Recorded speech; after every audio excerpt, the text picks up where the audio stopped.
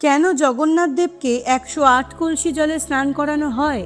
108 সংখ্যার আসল রহস্য। একটা প্রশ্নের উত্তর কি আপনার জানা আছে?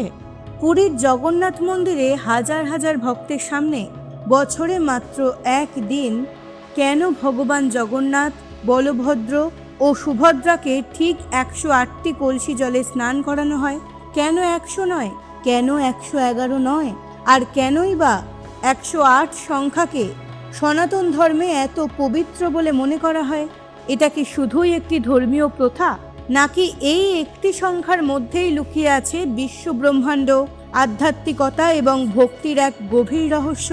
আজকের ভিডিওর শেষে আপনি বুঝতে পারবেন সনাতন ধর্মে কোনো সংখ্যাই কাকতালীয় নয়।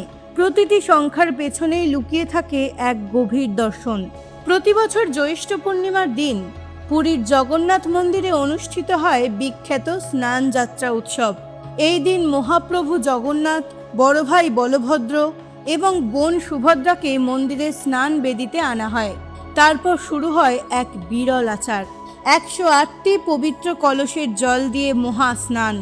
এই জল সাধারণ জল নয়, মন্দিরের নির্দিষ্ট পবিত্র কূপ থেকে বৈদিক মন্ত্রোচ্চারণের মাধ্যমে সংগ্রহ করা হয়।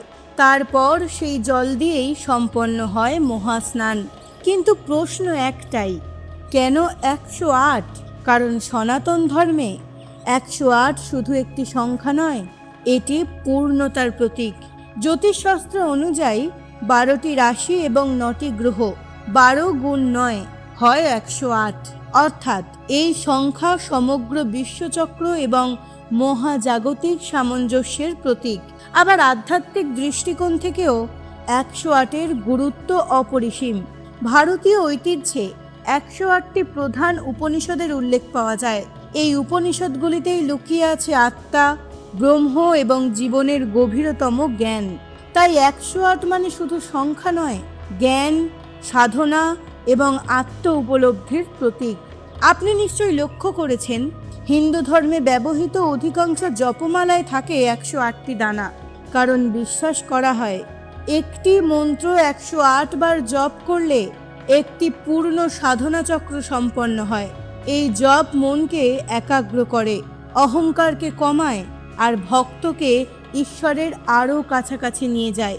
তবে জগন্নাথ দেবের স্নান যাত্রার সঙ্গে 108 সংখ্যার আরেকটি ঐতিহ্যও জড়িয়ে আছে। প্রচলিত বিশ্বাস অনুযায়ী রাজা ইন্দ্রদম্ন, যিনি পুরীতে জগন্নাথ দেবের বিগ্রহ প্রতিষ্ঠা করেছিলেন, তিনিই প্রথম এই মহাস্নান 108টি পবিত্র কলসের জল দিয়ে সম্পন্ন করেছিলেন। সেই প্রাচীন ঐতিহ্যই শতাব্দীর পর শতাব্দী ধরে আজও একইভাবে পালন করা হচ্ছে। মহাস্নানের পর আবার একটি আশ্চর্য ঘটনা ঘটে। লোকবিশ্বাস অনুযায়ী এত বিশাল স্নানের পর জগন্নাথ দেব যেন অসুস্থ হয়ে পড়েন। এরপর প্রায় 15 দিন জনসাধারণের দর্শন বন্ধ থাকে। এই সময়কে বলা হয় অনবাসর।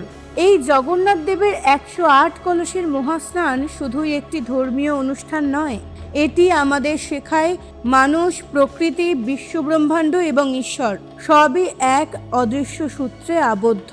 আর সেই সূত্রেরই প্রতীক 108। আপনার কি মনে হয় 108 সংখ্যার এই রহস্যের মধ্যে কোন দিকটি সবচেয়ে বিস্ময়কর? কমেন্টে অবশ্যই জানাবেন।